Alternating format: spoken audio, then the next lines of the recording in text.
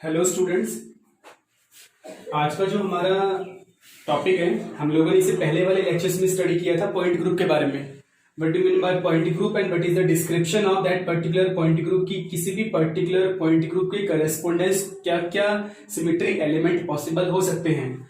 अब मैं अलग अलग एग्जांपल्स को स्टडी कर रहा हूं। उसके केस में आपको हर एक एग्जांपल का पॉइंट ग्रुप डिटरमाइन करना है। इसमें से जनरल प्रैक्टिस कि हम किस तरीके से अलग अलग मॉलिक्यूल्स जब हमें एग्जाम में दे रखी हो तो उसका पॉइंट ग्रुप हम किस तरीके से डिफाइन करते हैं। तो हम कुछ एक डिफरेंट एग्जांपल्स को स्टडी करेंगे। Late us assume first one is a water molecule.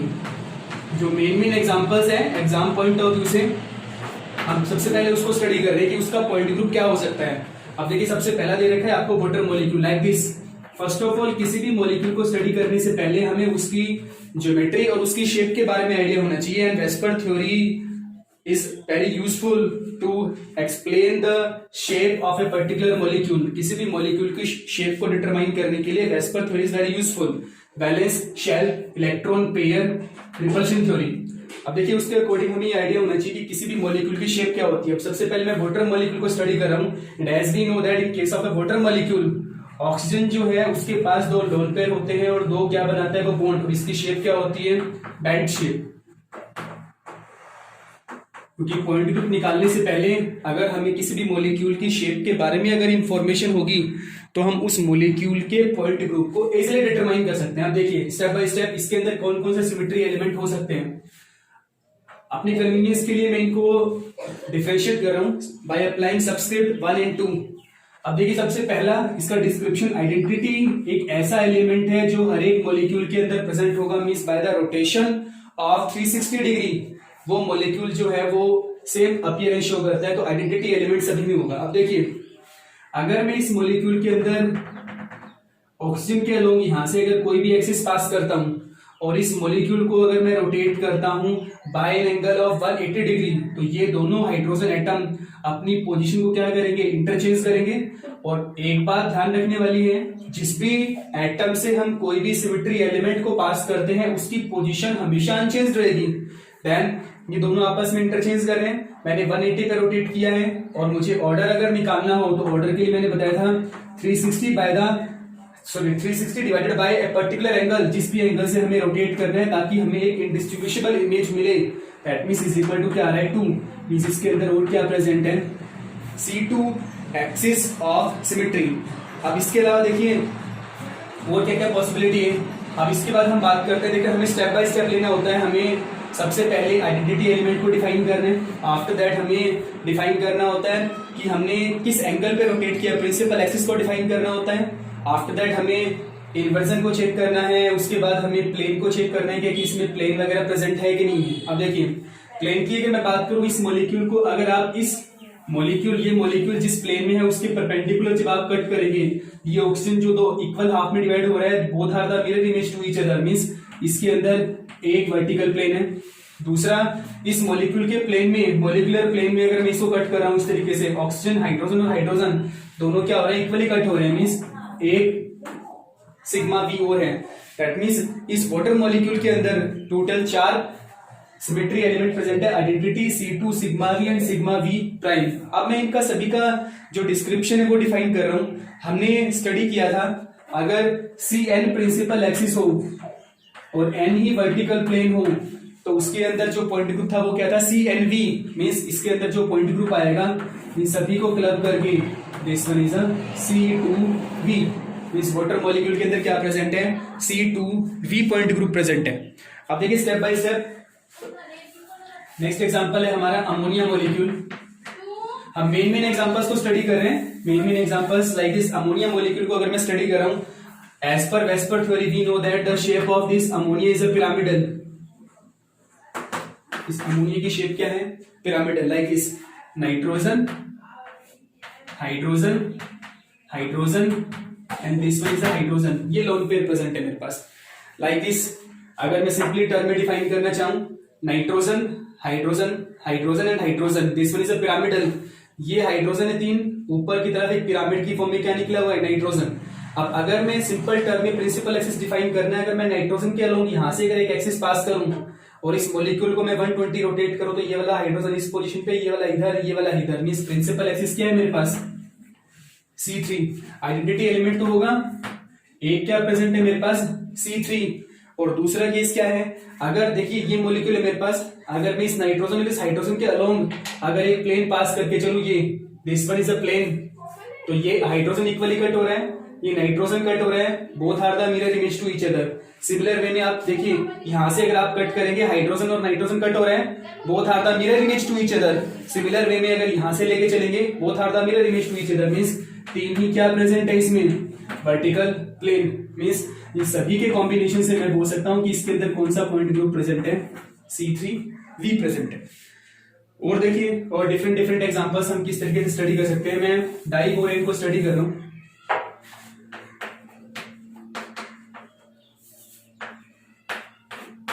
This one is a diborane. अब देखिए इसकी इमेज ड्रॉ कर रहा हूं मैं, boron hydrogen hydrogen boron hydrogen, this one is the shape of diborane, diborane की ये वाली शेप है। अब देखिए इसके अंदर कौन सा पॉइंट ग्रुप हो सकता है, सबसे पहले हमें प्रिंसिपल एक्सिस डिफाइन करना होता है। तो देखिए इसके अंदर एक आइडेंटिटी एलिमेंट तो प्रेजेंट है।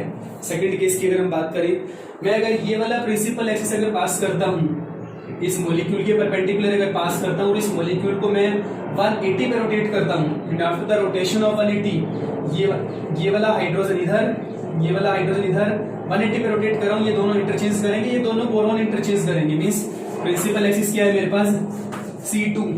अब हम बात करते हैं कि कोई और प्रिंसिपल एक्सिस भी। देखिए यहां से अगर मैं एक एक्सिस पास कर रहा हूं इस लाइन के अलोंग, मॉलिक्यूल को रोटेट कर रहा हूं, ये दोनों इंटरचेंज करेंगे। और मैंने अभी बोला कि जिन भी एटम से पास होके कोई भी सिमेट्री एलिमेंट जाएगा उसकी पोजीशन क्या रहेगी, अनचेंज्ड। ये इंटरचेंज करेंगे, ये इंटरचेंज और ये इंटरचेंज करेंगे। एक C2 ये आ गया। दूसरा, अगर मैं ये वाला एक्सिस पास कर रहा हूं, ये एक्सिस, और इस मॉलिक्यूल को रोटेट कर रहा हूं, ये दो हाइड्रोजन और बोरोन, ये दो हाइड्रोजन और बोरोन आपस में क्या करेंगे, इंटरचेंज करेंगे। मींस क्या है, दो C2 और प्रेजेंट है। अब मेन ध्यान देने वाली बात क्या है, मैंने ये वाला प्रिंसिपल एक्सिस पास किया था, ये वाला और ये वाला इस प्रिंसिपल एक्सिस की क्या है, परपेंडिकुलर है। Means C2 is the principal axis, दो C2 और है जो किसके परपेंडिकुलर है, प्रिंसिपल एक्सिस C2 के परपेंडिकुलर है। अब देखिए अब हम बात करते हैं प्लेन के बारे में। एक तो मैं मान लीजिए ये वाला प्लेन पास कर रहा हूं, इस प्लेन को पास करने के बाद ये दो हाइड्रोजन इक्वली डिवाइड हो रहे हैं। एक्सट्रीम लेफ्ट वाला पोर्शन राइट वाले का क्या है, मिरर इमेज। मींस एक इसमें ये वाला वर्टिकल प्लेन है, सेकंड अगर मैं ये वाला वर्टिकल प्लेन पास कर रहा हूं, दोनों बोरोन इक्वली कट हो रहे हैं, ये दो और ये दो हाइड्रोजन, ये क्या है, एक दूसरे के मिरर इमेज है। मींस इसके अंदर दो ही क्या है, वर्टिकल प्लेन प्रेजेंट है। देखिए क्या इसमें कोई और प्लेन भी प्रेजेंट है। अब देखिए ये मॉलिक्यूल प्लेनर है, इस मॉलिक्यूल के प्लेन में अगर मैं कोई भी मॉलिक्यूलर प्लेन के अंदर लेके चलता हूं किसी भी प्लेन को, तो हर एक एटम इक्वली डिवाइड हो रहा है। मींस इसमें एक क्या प्रेजेंट है, हॉरिजॉन्टल प्लेन भी प्रेजेंट है। अब इन सभी सिमेट्री एलिमेंट को कंबाइन करके इसका एक पॉइंट ग्रुप बनाना है, और हमें पता है कि CN प्रिंसिपल एक्सिस, N ही two fold axis of symmetry, जो प्रिंसिपल की क्या हो, परपेंडिकुलर, N ही क्या हो, वर्टिकल, और ये क्या हो, हॉरिजॉन्टल। इन सभी का हमने क्या बनाया था, DNH। तो इन सभी के कॉम्बिनेशन से जो पॉइंट ग्रुप बनेगा that will be the D2H। तो सिंपल वे में हम बोल सकते हैं इन केस ऑफ है डाइबोरेन के अंदर जो principal axis of symmetry present होगी, सॉरी प्रिंसिपल एक्सिस है C2, या इसका जो पॉइंट ग्रुप बनेगा वो क्या आएगा, D2H।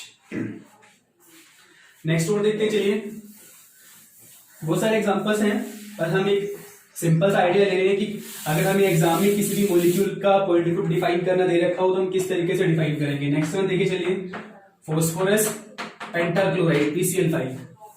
As per Vesper theory, the shape of this phosphorus pentachloride will be trigonal. This one is a trigonal, bipyramidal. एक ये है, एक नीचे की तरफ है, like this. ये दो एक्सियल क्लोरीन है, these three are the equatorial bond. Equatorial position के ऊपर 3 क्लोरीन है और एक्सियल पोजीशन के ऊपर 2 क्लोरीन है। लाइक दिस एक ट्रायंगल है मेरे पास, सेंटर में फॉस्फोरस है, इधर क्लोरीन है, इधर क्लोरीन है, इस पोजीशन पे क्लोरीन है, एक ऊपर की तरफ है, एक नीचे की तरफ है। देन अगर मैं इसमें पॉइंट ग्रुप को डिफाइन करना चाहूँ स्टेप बाय स्टेप, देखिए एक तो आएगा आइडेंटिटी एलिमेंट। सिंपल से टर्म की अगर आप बात करें, एक आएगा मेरे पास आइडेंटिटी एलिमेंट। अब देखिए नेक्स्ट केस में मैं इसका एक्सिस डिफाइन करना चाह रहा हूं। मैंने बोला ये ट्राइंगल है, सेंटर में फॉस्फोरस है, इधर क्लोरीन है, इधर क्लोरीन है, इधर क्लोरीन है, एक ऊपर की तरफ है, एक नीचे की तरफ है। अगर मैं एक एक्सिस पास करूं एक्सियल क्लोरीन एटम और सेंट्रल फॉस्फोरस एटम से, तो देखिए ऊपर वाला क्लोरीन है, यहां से फॉस्फोरस नीचे क्लोरीन की तरफ मैं पास कर रहा हूं, और हर एक इक्वेटोरियल बॉन्ड के बीच में एंगल कितने का है 120 का। तो मॉलिक्यूल को मैं 120 रोटेट करता हूं तो मेरे पास एक इंडिस्टिंग्विशेबल इमेज आ रही है। मींस इसके अंदर क्या प्रेजेंट है, C3 axis of symmetry present है। और चेक करना चाह रहे देखिए हम सिंपल से टर्म में हमने बोला कि अगर हमने इन एक्सियल बॉन्ड के थ्रू एक एक्सिस को पास किया है तो उसमें प्रिंसिपल एक्सिस क्या निकल के आ रहा है मेरे पास, C3 एक्सिस ऑफ सिमेट्री। अब देखिए ये मेरे पास एक ट्राइंगल है, अगर मैं सेंट्रल एटम और किसी भी एक इक्वेटोरियल बॉन्ड से, किसी भी एक इक्वेटोरियल एटम से अगर कोई भी एक्सिस पास करूं, लेट अस अज्यूम यहां से अगर मैं एक एक्सिस पास कर रहा हूं, लेट अस अज्यूम देखिए ये ट्राइंगल है, सेंटर में फॉस्फोरस क्लोरीन क्लोरीन क्लोरीन, ऊपर की तरफ नीचे, मैं इधर वाले इक्वेटोरियल इसके बीच में एक बॉन्ड पास कर रहा हूं, मॉलिक्यूल को 180 रोटेट कर रहा हूं, ये दोनों इंटरचेंज करेंगे। अपवर्ड साइड वाला जो एक्सियल जो क्लोरीन है वो डाउनवर्ड डायरेक्शन में आएगा, डाउनवर्ड वाला एक्सियल जो क्लोरीन है वो अपवर्ड में आएगा। मींस क्या आ रहा है 180 पे रोटेशन के बाद एक C2 ये है, इसे अज्यूम कर रहा हूं क्लोरीन नंबर 1 2 3 4 एंड 5। एक जो है आप एक्सिस लेते हैं फॉस्फोरस एंड क्लोरीन नंबर 1 से, दूसरा फॉस्फोरस क्लोरीन नंबर 2 से, फॉस्फोरस क्लोरीन नंबर 3 से। मींस इसके अंदर क्या प्रेजेंट है, 3 C2 प्रेजेंट है। अब देखिए मैंने प्रिंसिपल एक्सिस ऊपर से पास किया था, एक्सियल क्लोरीन फॉस्फोरस और इस एक्सियल क्लोरीन से, और आप ये जो 3 C2 ले रहे हैं that are in molecular plane में हर एक इक्वेटोरियल बॉन्ड के अलोंग ले रहे हैं। Means these 3 C2 is perpendicular to the principal axis. अब देखिए उसके बाद बात कर रहा हूं प्लेन के बारे में। अब वही सेम सिचुएशन है, ये हमारे पास एक ट्राइंगल है, सेंटर में फॉस्फोरस क्लोरीन क्लोरीन क्लोरीन, ऊपर वाला क्लोरीन नीचे वाला क्लोरीन। अगर मैं एक्सियल दोनों क्लोरीन फॉस्फोरस और किसी भी एक इक्वेटोरियल एटम को ले रहा हूं और ऐसे कट कर रहा हूं इक्वली लाइक दिस, इस तरीके से कट कर रहा हूं मैं, तो ऊपर वाला क्लोरीन कट हो रहा है, नीचे वाला एक्सियल क्लोरीन कट हो रहा है, सेंट्रल वाला फॉस्फोरस कट हो रहा है, और कोई भी एक इक्वेटोरियल पोजीशन के ऊपर जो क्लोरीन है वो कट हो रहा है। दो इक्वेटोरियल पोजीशन वाले both are mirror image to each other. Similar way में दूसरे इक्वेटोरियल से भी हम एक प्लेन ले सकते हैं, तीसरे इक्वेटोरियल से भी हम प्लेन ले सकते हैं। These are the 3 sigma b that are present in a phosphorus pentachloride. उसके बाद हम बात करते हैं कि इसमें कोई और प्लेन पॉसिबल है। इस ट्राइंगल को इस तरीके से अगर मैं कट करूं तो इस ट्राइंगल के इक्वेटोरियल बॉन्ड पोजीशन के ऊपर जो क्लोरीन है और फॉस्फोरस है सेंट्रल में वो इक्वली कट होंगे, ऊपर वाला क्लोरीन नीचे वाले का क्या है मिरर इमेज। मींस इसमें क्या प्रेजेंट है, एक हॉरिजॉन्टल प्लेन भी प्रेजेंट है। और जब आप इन सभी को क्लब करते हैं, इन सभी को कंबाइन करते हैं तो मेरे पास क्या निकल के आता है, एक पॉइंट ग्रुप D3H। मैं सिंपली हम बोल सकते हैं फॉस्फोरस पेंटाक्लोराइड में जो पॉइंट ग्रुप होता है वो कौन सा होता है, D3H। आफ्टर दैट अगर मैं सिंपल से टर्म में बात करूं, देखिए आपके पास कोई भी अगर पॉइंट ग्रुप आता है लाइक दिस, सबसे सिंपल टर्म में अगर हम बात करके चलते हैं मीथेन के बारे में, हम बात करके चलते हैं कार्बन टेट्राब्रोमाइड के बारे में, हम बात करके चलते हैं कार्बन टेट्राक्लोराइड के बारे में। वेस्पर थ्योरी के अकॉर्डिंग अगर मैं बात करूं ये सभी की शेप क्या होती है, टेट्राहेड्रल। और जैसा कि हमने पॉइंट ग्रुप्स के अंदर स्टडी किया था, जब कोई भी मॉलिक्यूल एक परफेक्ट टेट्राहेड्रल शेप को डिफाइन करता है तो उसका पॉइंट ग्रुप क्या निकल के आता है, this TD, this one is a tetrahedral. And in a similar way अगर कोई भी molecule as per VSEPR theory एक परफेक्ट ऑक्टाहेड्रल शेप को अगर डिफाइन करता है तो उसका पॉइंट ग्रुप क्या निकल के आता है, OH।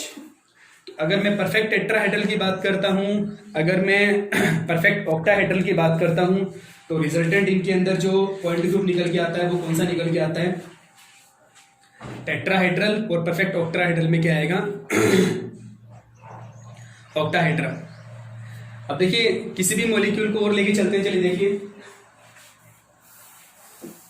डिफरेंट एग्जांपल्स हैं लाइक दिस।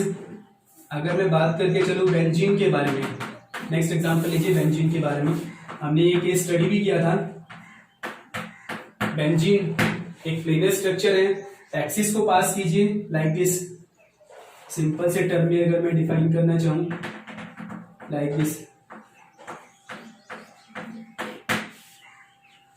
एंगल जो है वो दो एटम्स के बीच में क्या दे रखा है मुझे 60 का। ये एक्सिस पास किया मैंने, रोटेट किया, ये वाला इस पोजीशन पे, इस पे मींस 6 ही क्या है मेरे पास, C6 प्रिंसिपल एक्सिस है। दूसरा एक ये वाला प्लेन पास कर, ये वाला एक्सिस पास कर रहा हूं यहाँ से, सॉरी एक एक्सिस ये पास करो, आप मॉलिक्यूल को रोटेट करो 180 पे। C2 एक C2 ये प्रेजेंट है, एक C2 ये प्रेजेंट है, 3 C2 ये है। अब देखिए in between 1 2 in between 3 means 6 क्या प्रेजेंट है C2, और ये मैंने प्रिंसिपल लिया था, ये सारे इस प्लेन में है, ये किसके परपेंडिकुलर है प्रिंसिपल एक्सिस के। और इसी तरीके से प्लेन लू में 1 आमने सामने वाले एटम से 1 2 3 इन बिटवीन 4 5 एंड 6 6 क्या है इसमें सिग्मा भी, और ये प्लेन में है, एक क्या आ जाएगा इसमें हॉरिजॉन्टल प्लेन, 1 क्या आ रहा है मेरे पास सिग्मा जी। तो इन सभी का कॉम्बिनेशन मुझे क्या शो कर रहा है पॉइंट ग्रुप D6H। इन मॉलिक्यूल्स को अगर मैं सिंपली स्टडी करना चाहूं तो इसके अंदर कौन सा पॉइंट ग्रुप निकल के आ रहा है D6H।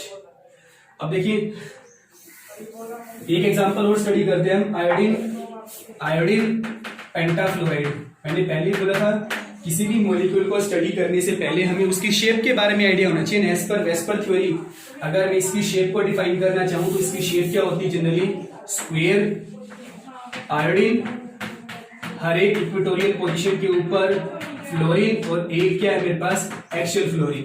रिजल्टेंट मेरे पास इसकी शेप निकल के आती है स्क्वायर पिरामिडल। अब देखिए बेसिकली इसमें कौन सा पॉइंट ग्रुप हो सकता है, मुझे उस पॉइंट ग्रुप को डिफाइन करना है। लाइक दिस देखिए ये स्क्वायर है मेरे पास, सेंटर के अंदर iodine fluorine fluorine fluorine fluorine, एक ऊपर की तरफ फ्लोरीन है। अब मैं एक्सियल फ्लोरीन और सेंट्रल आयोडीन से एक एक्सिस पास कर रहा हूं, मॉलिक्यूल को रोटेट कर रहा हूं by an angle of 90 degree. ये आपस में क्या करेंगे इंटरचेंज करेंगे अपनी पोजीशंस को। इस प्रिंसिपल एक्सिस क्या है मेरे पास C4 is the principal axis of symmetry. अब देखिए इसके अंदर और क्या पॉसिबिलिटी है वही ध्यान से देखिएगा। ये स्क्वायर है, सेंटर में मेरे पास आयोडीन है, ऊपर की तरफ फ्लोरीन, 4 इन पोजीशन पे फ्लोरीन। अगर मैं ऊपर वाले फ्लोरीन और सेंट्रल आयोडीन से एक एक्सिस पास करता हूं इस तरीके से, इधर वाले 2 फ्लोरीन इधर वाले 2 फ्लोरीन के मिरर इमेज है, ऊपर वाला इक्वली कट हो रहा है, ऐसे पास करूं इक्वल मिरर इमेज बन रही है। अगर आप डायगोनली लेके चले लाइक दिस, आमने सामने वाले कॉर्नर के जो 2 फ्लोरीन है और ऊपर वाला फ्लोरीन नीचे वाला डायगोनली लेके चले, दैट मींस इसके अंदर 4 क्या है वर्टिकल प्लेन। अब उसके बाद देखिए क्या इसमें और कोई एक्सिस ऑफ सिमेट्री हो सकता है नहीं हो सकता। देखिए इसमें अगर मैं C2 को डिफाइन करना चाहूँ तो क्या C2 पॉसिबल है, चेक करते हैं। चलिए ये स्क्वायर है, फ्लोरीन फ्लोरीन फ्लोरीन फ्लोरीन है, मान लीजिए ये वाला एक्सिस पास कर रहा हूँ, रोटेट कर रहा हूँ, ये जो इक्वेटोरियल वाले हैं वो तो इंटरचेंज कर रहे हैं, लेकिन ऊपर वाला fluorine by the rotation of 90 degree वो नीचे की तरफ आ रहा है। It's not indistinguishable, this is distinguishable means इसके अंदर C2 axis of symmetry present नहीं है। तो सिंपल टर्म में अगर हम बात करें इसके अंदर एक आइडेंटिटी एलिमेंट है, एक C4 है और 4 ही क्या है सिग्मा भी, सभी का कॉम्बिनेशन करेंगे तो क्या निकल के आता है आपके पास C4V। आयोडीन पेंटाफ्लोराइड IF5 इसके अंदर क्या होगा जनरली C4V पॉइंट ग्रुप। अब देखिए बहुत सारे एग्जांपल्स जो हैं एक दूसरे के ऑलमोस्ट सिमिलर आते हैं। जैसे मैंने वाटर मॉलिक्यूल को स्टडी किया था, मैं स्टडी कर रहा हूं OF2 को like this OH2 H2O। H2O में हमने स्टडी किया था C2V इन सिमिलर वे। अगर हम OF2 में स्टडी करना चाहिए तो इसमें भी कौन सा पॉइंट ग्रुप निकल के आएगा C2V पॉइंट ग्रुप। तो सिमिलर टर्म में अगर आप बात करें तो इसमें कौन सा पॉइंट ग्रुप निकल के आ रहा है, this one is the C2V point group. And these are different examples जिसके हम पॉइंट ग्रुप को डिफाइन कर सकते हैं। एग्जाम्स में जनरली किसी भी एग्जांपल को शो करेगा और आपसे जनरली पूछ सकता है कि determine the point group in that particular example. तो सबसे पहला जो पॉइंट निकल के आता है हमें एज पर वेस्पर थ्योरी उसकी शेप के बारे में एग्जैक्ट इंफॉर्मेशन होनी चाहिए कि उसकी शेप क्या होगी। और शेप निकालने के लिए मैंने बोला valence shell electron pair repulsion theory is used to determine the shape of any molecule. किसी भी मॉलिक्यूल की शेप को डिटरमाइन करने के लिए हम वेस्पर थ्योरी का यूज करते हैं। ठीक है, एग्जाम के अंदर कोई भी पॉइंट ग्रुप किसी भी मॉलिक्यूल का अगर पॉइंट ग्रुप निकालने का अगर दे रखा हो तो सबसे पहला हमें आइडिया होना चाहिए कि उस मॉलिक्यूल की शेप क्या है। शेप के बाद सबसे पहले हमें एक्सिस को देखना है कि उस मॉलिक्यूल के अंदर प्रिंसिपल एक्सिस कौन सा है, प्रिंसिपल एक्सिस के अलावा स्टेप बाय स्टेप सबसे पहले देखना है हमें प्रिंसिपल एक्सिस क्या है। प्रिंसिपल एक्सिस के साथ साथ हमें ये देखना है कि उस मॉलिक्यूल के अंदर इसके अलावा कोई भी एक्सिस ऑफ सिमेट्री प्रेजेंट है। एक्सिस ऑफ सिमेट्री के बाद हमें जनरली चेक करना है कि प्लेन ऑफ सिमेट्री कौन सी या क्या कोई प्रेजेंट है। उसके बाद हमें चेक करना है क्या इन्वर्जन प्रेजेंट है या नहीं। तो जनरल इन सभी का जो कॉम्बिनेशन है वो किसी न किसी एक पॉइंट ग्रुप को डिफाइन करता है। This one is a simplest method to determine the point group of any molecule. And this one is overall about the determination of point group of different molecules. अब देखिए इसी के अंदर हम एक टॉपिक और इंक्लूड करते हैं। उस टॉपिक को हम सिंपली देखिए किस तरीके से डिफाइन करते हैं। Then matrix representation for various symmetry operations. Matrix representation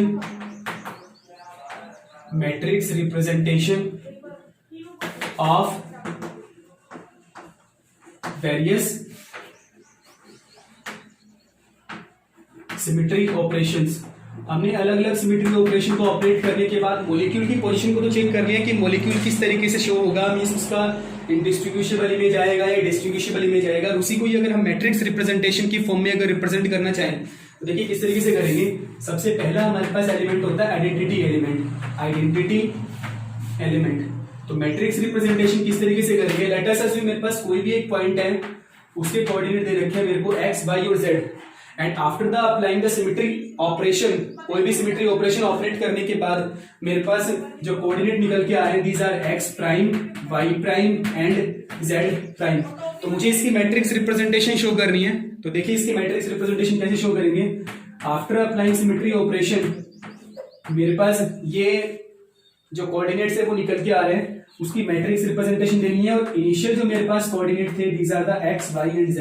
अब देखिए आइडेंटिटी एलिमेंट ऑपरेट करने के बाद जिसका कोऑर्डिनेट x था वो x ही रहेगा, y वाले का कोऑर्डिनेट y रहेगा, z वाले का क्या रहेगा z।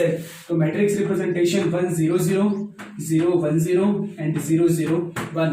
This one is a simple matrix representation by applying identity operation और आइडेंटिटी एलिमेंट या आइडेंटिटी ऑपरेशन अप्लाई करने के बाद जो रिप्रेजेंटेशन आएगी वो कुछ इस तरीके से आएगी। अब देखिए उसके बाद सेकंड केस हम स्टडी कर रहे हैं reflection operation. Then next one है हमारे पास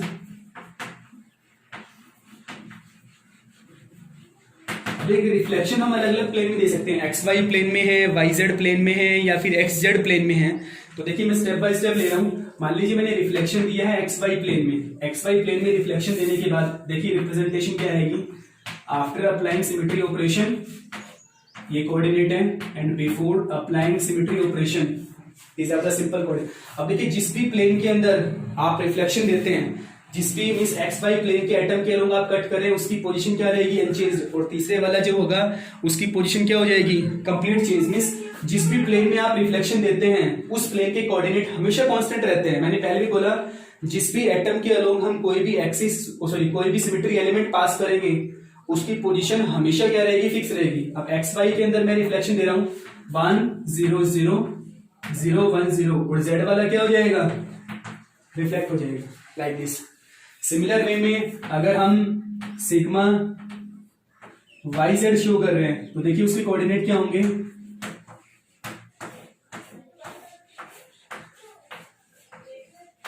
मैं YZ प्लेन में रिफ्लेक्शन दे रहा हूं 0 1 0 0 0 1, ये तो क्या रहेंगे same.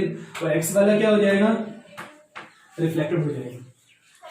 And this one is after the reflection operation. और सिमिलर वे में अगर आप रिफ्लेक्शन देना चाहते हैं XZ के अंदर सिग्मा XZ में रिफ्लेक्शन देना चाहते हैं तो X ये रिफ्लेक्शन है after applying X Y and Z। अब देखिए XZ में रिफ्लेक्शन दे रहे हैं, Y वाला क्या हो जाएगा रिफ्लेक्ट होगा XZ प्लेन में 1 0 0 0 -1 0 and 0 0 1। These are the matrix representation by applying reflection operation. जब आप रिफ्लेक्शन ऑपरेशन को ऑपरेट करते हैं तो जो मैट्रिक्स रिप्रेजेंटेशन आएगी वो कुछ इस तरीके से रिप्रेजेंट होगी। आफ्टर दैट देखिए सेंटर ऑफ सिमेट्री या इन्वर्जन ऑपरेशन। अगर मैं इन्वर्जन ऑपरेशन को ऑपरेट कर रहा हूं तो इन्वर्जन ऑपरेशन के बाद देखिए नेक्स्ट वन है मेरे पास inversion operation.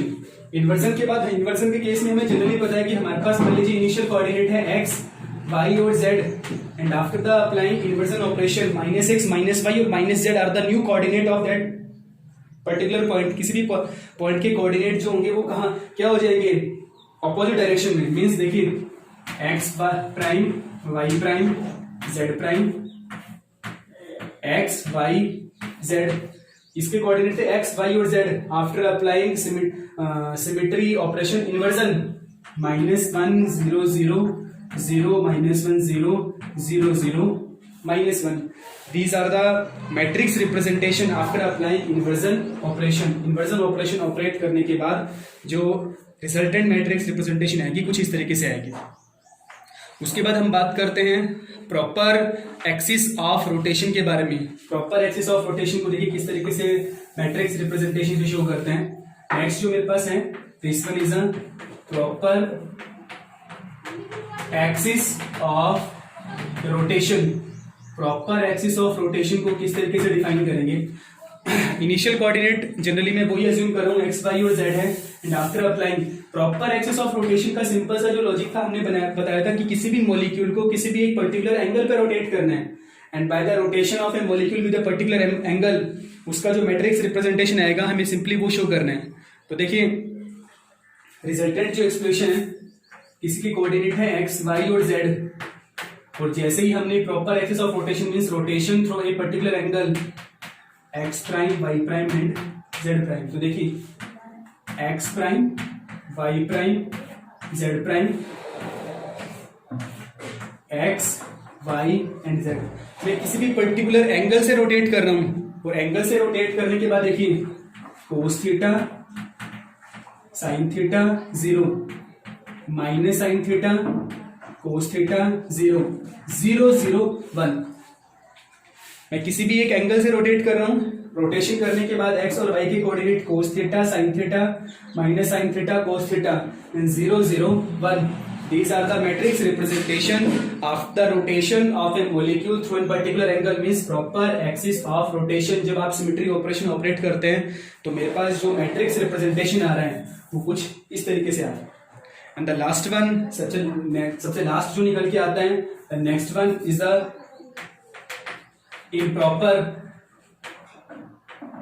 Improper axis of rotation. अब देखिए इम्प्रॉपर एक्सिस ऑफ रोटेशन को हम किस तरीके से डिफाइन करते हैं। इम्प्रॉपर एक्सिस ऑफ रोटेशन का सिंपल सा मीनिंग मैंने क्या बताया था, रोटेशन फॉलोड बाय रिफ्लेक्शन या फिर रिफ्लेक्शन फॉलोड बाय रोटेशन। तो जनरल केस में हमने बोला था इम्प्रॉपर एक्सिस ऑफ रोटेशन में rotation followed by reflection. Rotation देने के बाद मुझे रिफ्लेक्शन देना है या फिर पहले रिफ्लेक्शन देना है उसके बाद मुझे रोटेशन देना है। These gives same results. अब प्रॉपर और इम्प्रॉपर में डिफरेंस क्या है, हमने प्रॉपर में दिया था सिर्फ और सिर्फ रोटेशन।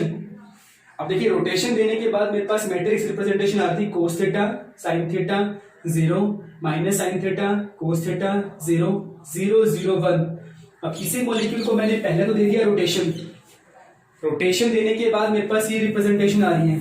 रोटेशन देने के बाद देखिए सिंपल टर्म में अगर समझने जाऊं x y और z है। अगर मैंने रोटेशन देके जनरली से कोऑर्डिनेट कुछ भी बना दिए x y z कुछ भी है, जैसे मान लीजिए let us assume minus x minus y और जेड है। लेट अस अज्यूम अगर माइनस एक्स माइनस वाई या फिर जनरल केस में एक्स प्राइम वाई प्राइम और जेड प्राइम है, उसके बाद अगर मैं रिफ्लेक्शन दे रहा हूं तो कोऑर्डिनेट क्या बनेंगे, X prime Y prime and minus Z prime. Resultant representation improper axis of rotation में क्या होगा, rotation and followed by reflection. Reflection देंगे तो जेड वाला कोऑर्डिनेट क्या हो जाएगा, that will become -1। Then resultant जो मैट्रिक्स रिप्रेजेंटेशन आ रहा है हमारे सामने in case of improper axis of rotation, initial coordinate है X Y Z and after the applying improper axis of rotation जिसे हम एस एन से रिप्रेजेंट करते हैं, x prime Y prime and z prime. After the applying symmetry operation ये coordinate है, before applying symmetry operation ये coordinate है। Rotation में क्या होगा, cos theta sine theta 0 minus sin theta cos theta 0 0 0 minus 1. And this one is overall about the matrix representation of various symmetric operation. अलग अलग symmetric operations को operate करने के बाद हमारे पास मैट्रिक्स रिप्रेजेंटेशन क्या निकल गया. This one is overall about the today's lecture.